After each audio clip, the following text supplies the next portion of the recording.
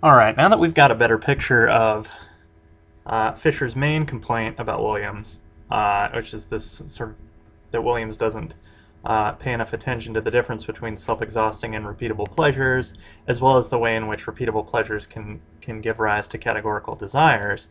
We're going to conclude by just thinking a little bit more about the identity condition for an attractive immortality.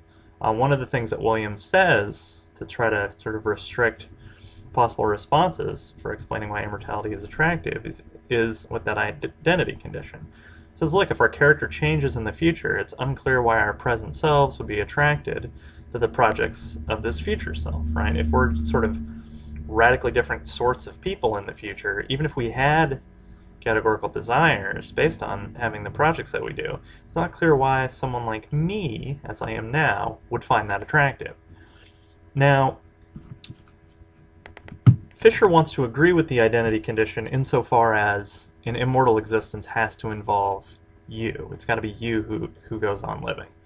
And it seems like that has to be true. It just seems crazy to say, yeah, immortality is attractive, even if the person who survives isn't me. Like, well, then in what sense is it attractive to you if that isn't you? I mean, that's like saying, the life of some person who's going to live 30 years after I die, their life is that's an attractive prospect to me. Well, no, it isn't, because that's not going to be me. It's going to be some totally different person. But Fisher does think that Williams, again, is taking that identity condition and interpreting it a little bit too strongly, much like he does the attractiveness condition. Fisher wants to say, look, what matters when we sort of think about our future immortal existence, or the kinds of character we might have in the future, it's not just that if it changes, we won't be able to relate to it, so we won't find the future projects attractive. Those projects won't give us reasons to live. We need to think about the way that our character changes. If our character changes as a result of kind of reflective activity where we think about what we might value in the future, what might be important to us in the future, that seems perfectly legitimate. In fact, that's kind of what happens in our mortal lives, right? In the present, we have a certain character, but we can sort of imagine ourselves changing or evolving in certain ways, so that our future projects, although they don't look terribly attractive to us now, we can sort of understand how we might become the sort of person that does find those projects attractive. So, for example, at the moment, I'm not a huge fan of something like boating, right? I don't really, enjoy being out on boats all that much. It's okay, it's fun, but it's not, I don't think that my love of boating is the sort of thing that's going to give me reasons to want to go on living because I just want to keep on boating.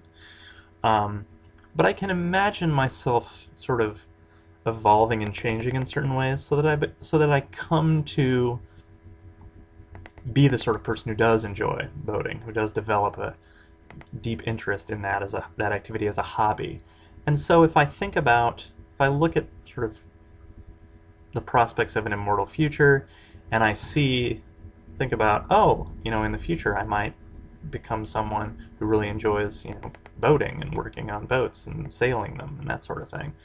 Although at the moment my character isn't the sort of character that would find that prospect attractive, it's not so detached from who I am now that I can't imagine evolving into that sort of person. So again here, the relevant standard for thinking about changes of character is what goes on in our mortal lives, right? Most likely, most of us will change in such a way that what we're like now doesn't terribly closely match what we'll be like, in 30 years. We'll probably be very different kinds of people in certain ways. We'll have different interests, maybe different values. This has probably already happened to some of us, and it will continue to happen. And we don't really know what sorts of people we're going to become, but there's sort of a range of possibilities that we could see ourselves developing into. And the projects that would be attractive to those sorts of people, even if they're not attractive to us now, they can still give us reasons to sort of move forward and see what happens. It's not as though we've ceased to be ourselves simply because our character has changed because of our reflective activity and that sort of thing. At a minimum, Fisher kind of concludes, the possibility that our character might evolve and develop and that we might have projects that are different from the kinds of projects we have now, that doesn't show that we'd rather be dead, right? And that's what Williams would have to show, is that really, if the only projects we could see for ourselves in the future were projects that were totally unrelated to our character, we'd actually prefer for our lives to just end. Fisher says, look, at a minimum, Williams hasn't shown that. And part of the reason we know that's the case is that in our own lives, we don't think that just because we're going to be dramatically different kinds of people in the future, that doesn't show that we ought to just kill ourselves or something like that. And Fisher does acknowledge, look, if our character changed due to brainwashing or coercion or deception or something, that's not the same kind of thing. But why? It's not clear why that's what we should think of when we talk about changes of character. So it's not clear why Elena Macropolis couldn't have sort of reflected on who she was and maybe developed some new interests, or just thought about some future prospects that a slightly altered character might have, and why those projects couldn't give her categorical desires. Even if the kind of person who would enjoy those projects is a little different than the kind of person she is now.